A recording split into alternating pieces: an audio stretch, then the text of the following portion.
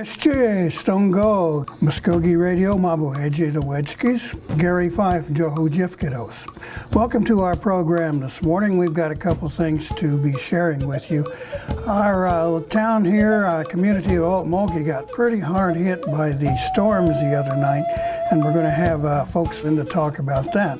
Well, we shut the festival down again the Saturday night. That was the second night. We had to call play and get with the vendors to shut everything down. That was after the concert, luckily, around 11:30 because of lightning. Got everybody cleared up out of there around 12:30 and stuff, and we went to the house and left it with Light Horse and the security. And then during the night, we get a phone call. I got a phone call the next morning about 7:30 that a storm had hit about 5:30, and then it looked like a tornado had hit. So we jumped up. When I got there, Chief Floyd had just pulled up, and it was raining and lightning and still storming, and things were thrown everywhere and around. But we did buckle up pretty good and pretty quick that night before. When we left out there at 12:30, a lot of people had took tents down, so it could have been a lot worse. They knew it was fixing to storm, but we didn't know how bad, and it stormed all night long. We left there at 12:30, raining and lightning, and this was 8 o'clock in the morning. It's still thundering and lightning, but the wind came through about 5:30 or so, 5:15, somewhere in that area that did the damage. Arbor Care had been notified. I'm the manager of Arbor Care. Alan King here with me is the supervisor of Arbor Care Services.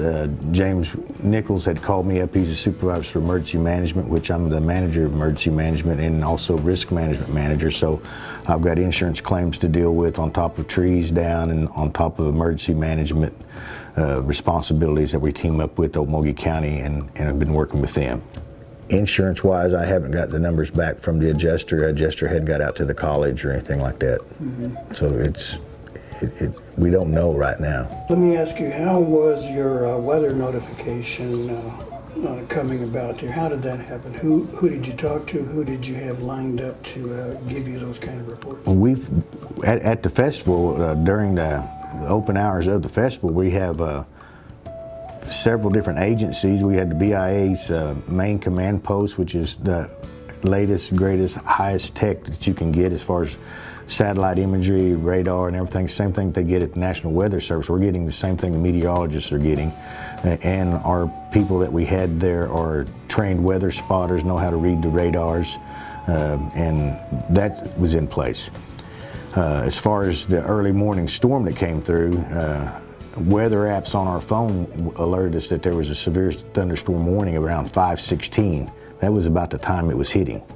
My understanding that a radar facility got hit, and that kind of delayed getting the message out. That's what I've been told. I don't know if that's confirmed or anything. And I just got a phone call at the house.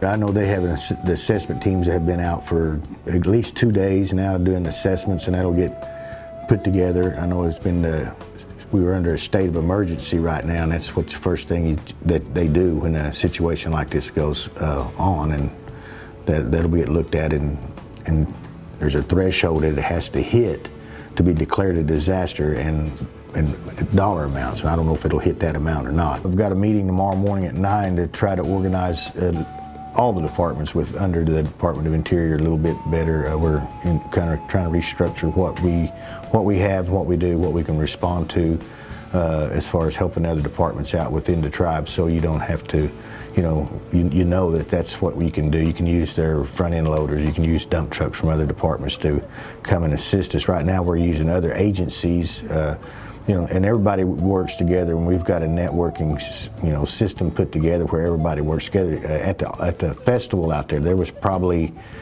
3 or 4 different counties that come down and volunteer work to help us at our festival, emergency management, different state agencies, and then BIAs, federal agencies come down and put up, the Department of Homeland Security, Oklahoma Emergency Management, and all of them are in the effort at the Omniplex during the festival every year.